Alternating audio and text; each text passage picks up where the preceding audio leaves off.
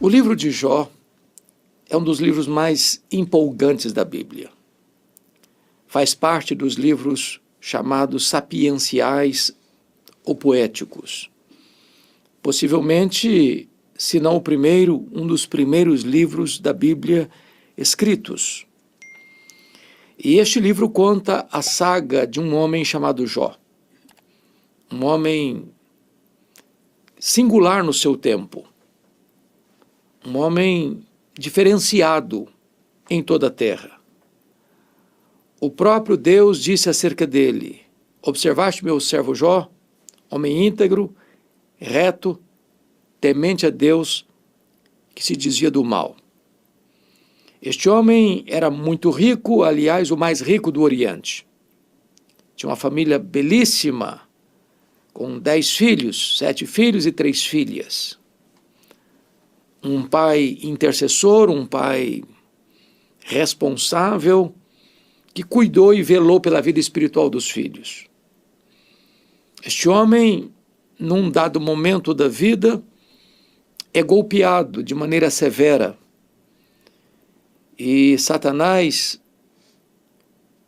acusou de adorar a Deus por interesse. De que ele só servia a Deus porque Deus o abençoava. Que Deus precisava suborná-lo com bênçãos para receber dele adoração. Então Deus permite que Satanás prove Jó, para mostrar para o mundo que Jó não era um religioso apenas para auferir vantagens, apenas para receber benesses materiais. E Satanás golpeou em 3 áreas vitais. Primeiro, tirando todos os bens. O homem mais rico vai à falência. Depois, provocando um acidente onde todos os filhos de Jó morrem nesse acidente.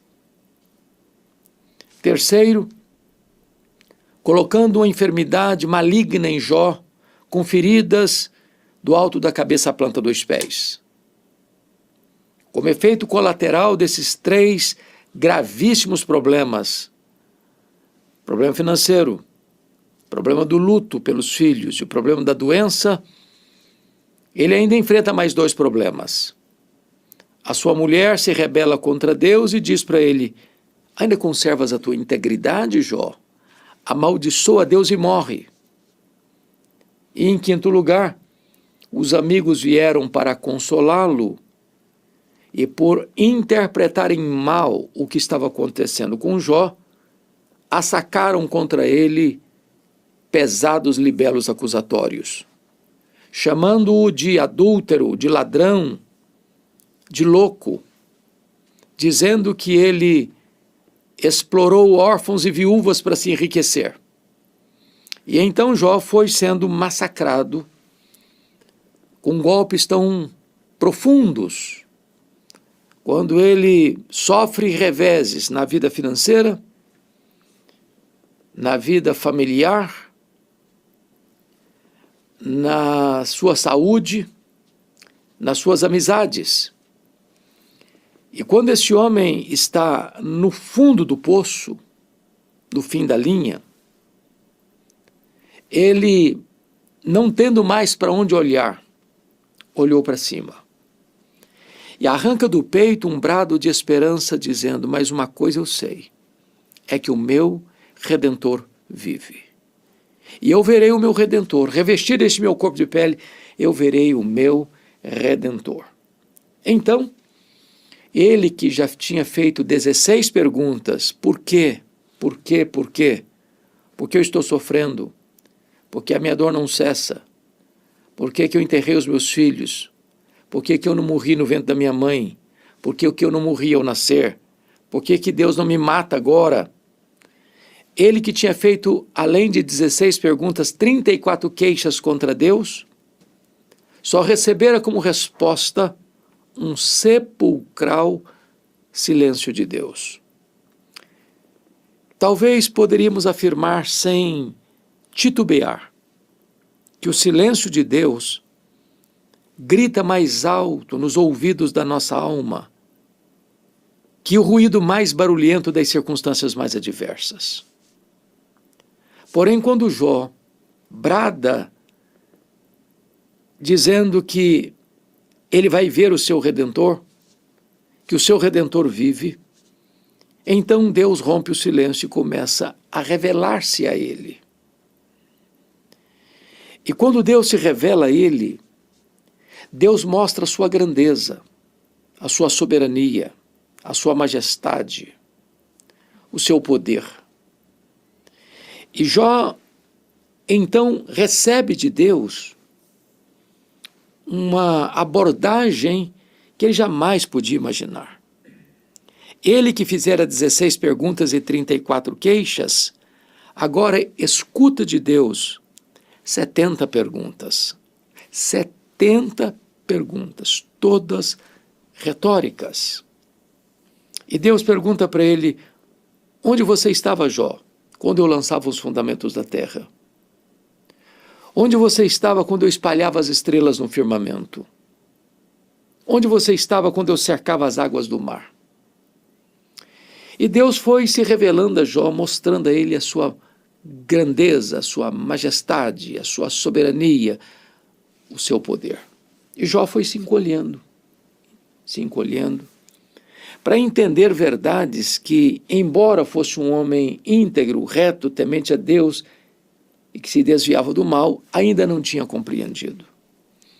E lá no capítulo 42 do seu livro, ele diz: mas agora eu sei que tudo podes. Nenhum dos teus planos pode ser frustrado. Eu te conheci só de ouvir, mas agora os meus olhos te veem, e me abomino no pó e na cinza. Então, esse homem vai compreender algumas coisas tão importantes. Primeiro, ele vai compreender a onipotência divina. Este Deus tudo pode. Para ele não há causa perdida, problema insolúvel, doença incurável, família irrecuperável. Se ele trouxe à existência as coisas que não existiam, se ele criou o universo sem matéria pré-existente, não há nada impossível para ele. Ele tudo pode. Ele conhece todas as células do nosso corpo, passam de 60 trilhões. Ele conhece cada fio de cabelo da nossa cabeça.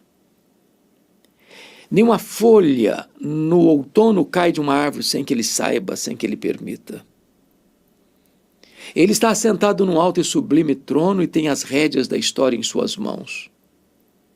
Nada é impossível para ele. A primeira coisa que você e eu precisamos compreender para trazer consolo para o nosso coração é conhecer quão grande é o nosso Deus, quão poderoso é o nosso Deus, quão majestoso Ele é, quão soberano Ele é. E Jó vai além e diz assim: e nenhum dos teus planos pode ser frustrado. Ou seja, a história não é cíclica, a história não é um caminhão sem freio ladeira abaixo. A história não está nas mãos dos poderosos deste século. A história está nas mãos de Deus. Ele traçou um plano perfeito, eterno, que não pode ser frustrado. Deus não lançou mão do plano B porque o plano A fracassou. Deus não é colhido de surpresa. Deus não é surpreendido. Deus não fica lá no céu esfregando as mãos sem saber o que faz com esse mundo turbulento. Seus planos não podem ser frustrados. Jó ainda reconhece que ele falou muita coisa sem entender. E às vezes, quando nós estamos atribulados, nós abrimos a boca e nos queixamos e perguntamos e lamentamos e murmuramos, porque não compreendemos o quadro geral. Não enxergamos na curva, não enxergamos no escuro. Mas Deus que está no começo e no fim, porque Ele é o alfa e o ômega, o princípio e o fim, Ele está lá no começo, Ele estará lá no fim, Ele está no meio, no processo. Ele sabe tudo, Ele vê tudo, e Ele trabalha todas as coisas para o nosso bem. Jó compreendeu algo sublime quando ele vai afirmar o seguinte: eu te conhecia só de ouvir, mas agora os meus olhos te veem. O conhecimento que ele tinha de Deus não era suficientemente profundo. E a pergunta eu faço a você: você conhece a Deus? Quanto você conhece? Quanto você conhece? Porque o Senhor Jesus Cristo afirmou em João 17,3 que a vida eterna é esta, conhecer a Deus e a Jesus Cristo, a quem enviaste. Então, por toda a eternidade, nós conheceremos a Deus. Vamos prosseguir em conhecer a Deus. E jamais haverá um dia em que você e eu possamos afirmar: agora eu já conheço tudo sobre Deus, não tem mais nada para conhecer, porque Ele é inesgotável em seu ser. Em virtude disso, Jó começa a ter não só uma visão melhor de Deus, mas ele começa a ter uma visão melhor dele mesmo. Porque o conhecimento, o autoconhecimento não começa em nós, começa com Deus. É porque você conhece a grandeza de Deus, é que você tem plena compreensão da sua limitação. Quem não conhece a Deus tem uma visão hiperdimensionada de si mesmo. Mas não dá para estar diante da majestade de Deus de narizinho empinado, de peito estufado como um pavão. Então Jó disse o seguinte, no versículo de número 6, por isso eu me abomino no pó e na cinza. Só quem conhece a grandeza de Deus tem noção de quão pequeno é o homem. Mas eu quero tratar agora então do Deus da restituição, porque o versículo 10 de Jó 42 diz que quando ele passou a orar pelos seus amigos, os amigos que o acusaram tão violentamente, quando ele passou a orar pelos seus amigos, Deus restaurou a sorte de Jó e devolveu-lhe em dobro tudo quanto ele possuía. Por que que o processo da restituição começa exatamente no ponto em que Jó começa a orar pelos seus amigos? Quando você lê todo o livro de Jó, você percebe que Jó começa se queixando dos seus amigos. Começa perguntando aos seus amigos. Ele espreme o pus da ferida. Ele está doído, ele está machucado, ele está ferido, ele está acusado, ele está injustiçado, ele está amassado pelas circunstâncias e pelas críticas tão tóxicas dos seus amigos. Quando você sofre uma injustiça, o natural é você remoer essa dor, remoer essa mágoa, esse ranço. O que Deus está dizendo para Jó é o seguinte: saia desta seara da autodefesa e entre na arena da intercessão. Sabe por quê? Você não consegue orar por uma pessoa e ter mágoa dela ao mesmo tempo. Você não consegue ser um intercessor e ao mesmo tempo um odiador. Você não pode sentir raiva de alguém e ao mesmo tempo apresentá-lo diante de Deus em oração. Então, quando Jó abandona a autodefesa, a murmuração, o queixume para interceder pelos amigos que o acusaram, Deus mudou a sorte dele.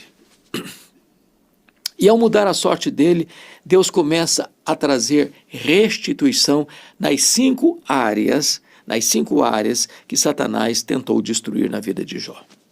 Primeiro, Deus restitui a saúde dele. O verso número 16 de Jó 42 diz que depois disso viveu Jó 140 anos e viu os filhos dos filhos até a quarta geração. Eu quero lhe afirmar categoricamente que Deus é o Deus da restituição. É o Deus que cura, é o Jeová Rafá.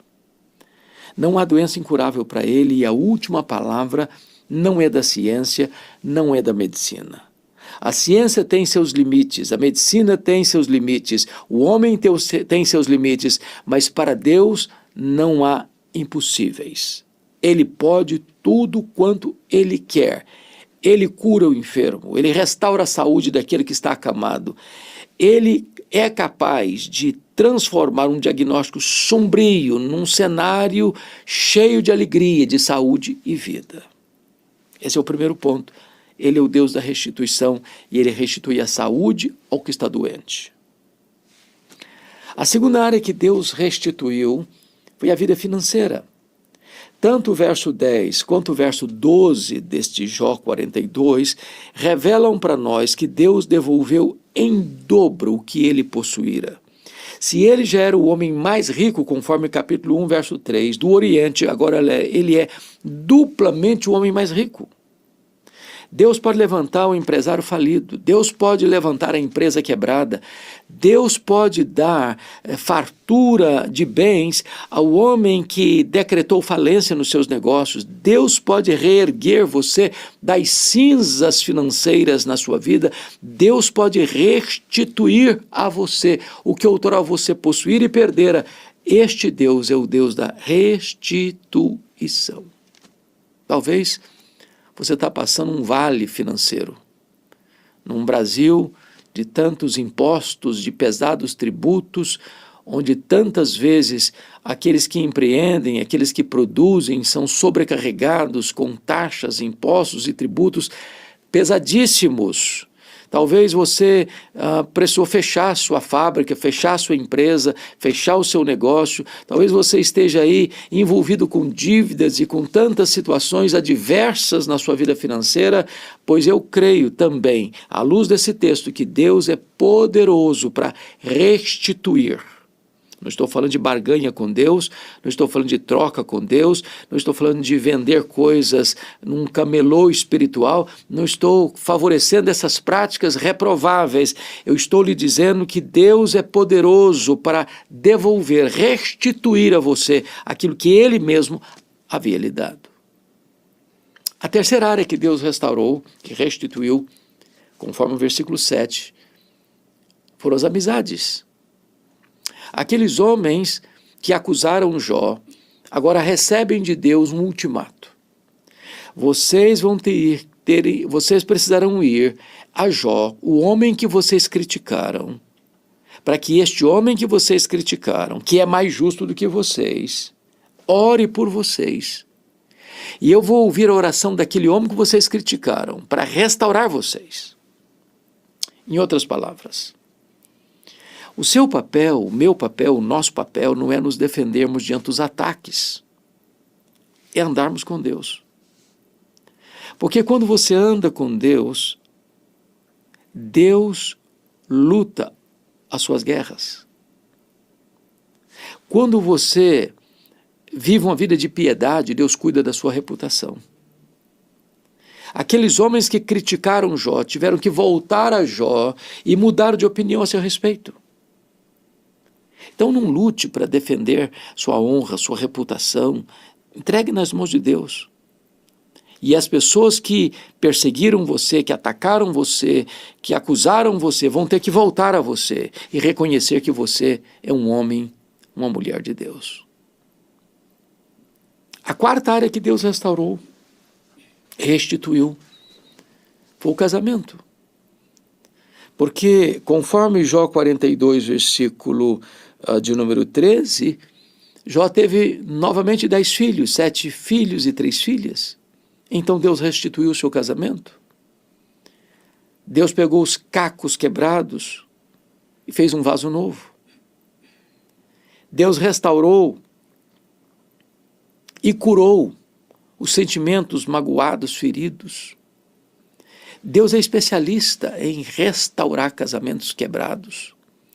Numa geração que parece que desaprendeu a lutar, uma geração que joga a toalha com muita facilidade, Uma geração que prefere descartar o casamento e entrar numa outra aventura para descartar um segundo, um terceiro, um quarto casamento e descobrirem que o primeiro casamento deveria ser mantido com um pouco mais de paciência, um pouco mais de perseverança, um pouco mais de mansidão e humildade.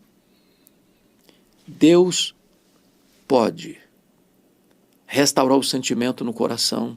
Deus pode dar espírito de perdão, Deus pode trazer reconciliação, Deus pode trazer restauração para a sua vida conjugal.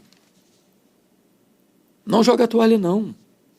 Não desista, não retroceda. Persevere um pouco mais. Lute um pouco mais, chore um pouco mais, ore um pouco mais, jejue um pouco mais. Não abra mão do seu casamento. Deus pode fazer um vaso novo. O vinho que Jesus transforma é melhor do que o vinho anterior. Quando Jesus faz um milagre no seu casamento, o melhor sempre vem depois. Mas finalmente, quinto lugar, Deus restaurou a saúde, as finanças, as amizades, o casamento. Agora Deus vai restituir os filhos. Jó teve mais 10 filhos. Veja você que, do ponto de vista de coisas financeiras, Deus deu em dobro. Mas no que tange a filhos, Deus deu mais 10 filhos. Isso porque os filhos de Jó que morreram naquele acidente, Jó não os perdeu. Você perde algo ou alguém quando você não sabe onde está e com quem está. Não deva ser essa a linguagem de um cristão. Perdi meu pai, perdi minha mãe, perdi meu marido, perdi minha mulher, perdi meus filhos. Porque se nós cremos no Senhor Jesus, quando alguém parte deste mundo, ele não está perdido. A Bíblia diz que morrer é deixar o corpo e habitar com o Senhor. Morrer é partir para estar com Cristo, o que é incomparavelmente melhor. Então agora Jó tem 10 filhos no céu, agora Jó tem 10 filhos na terra. Deus restituiu tudo em dobro. Deus é o Deus da restituição. É claro que quando você lê este livro, e eu recomendo a você uma leitura de ponta a ponta do livro, numa sentada só, para você compreender melhor esta linda história, Jó encerra esta saga sem saber os detalhes que estavam nas dobras dos acontecimentos. Mas nós sabemos, Deus promete restituição, mas nem sempre Deus promete explicação. Com muita frequência eu escuto gente dizer assim: eu vou chegar no céu e vou querer saber muita coisa que eu não entendi. Eu vou lhe dizer que não será necessário, porque o céu é autoexplicativo. Quando você chegar lá, não vai fazer mais sentido as nossas dúvidas nem nossas perguntas, porque a nossa leve e momentânea tribulação aqui produzirá para nós eterno peso de glória acima de toda comparação. Os sofrimentos do tempo presente não são para comparar com as glórias por vir a serem reveladas em nós. Lá todas as lágrimas serão enxugadas, toda a dor vai cessar, todo o sofrimento vai acabar. Lá não haverá nem pranto, nem dor, nem luto, porque as primeiras coisas já terão passado e haverá novos céus e nova terra, onde nós reinaremos com Cristo para todo o sempre. Então, talvez você esteja no momento do vale, da prova. Talvez você esteja sendo amassado pelas circunstâncias. Talvez você está no moinho de Deus que moe muito fino. Mas saiba, você está no processo. Deus está trabalhando em você. Deus está moldando você. Você é como um metal precioso que Deus botou no fogo. O fogo só vai queimar as escórias. Você vai sair não destruído, mas mais bonito, mais puro, mais parecido com Jesus. Saiba de uma coisa: o seu Deus é o Deus da restituição. Não olhe as circunstâncias. Não olhe ao redor as pessoas que querem massacrar você. Olhe para cima. Tire do peito um brado: eu sei que o meu Redentor vive. Viva nesta fé, que o seu Deus é o Deus da restituição. Deus abençoe sua vida. Deus console o seu coração.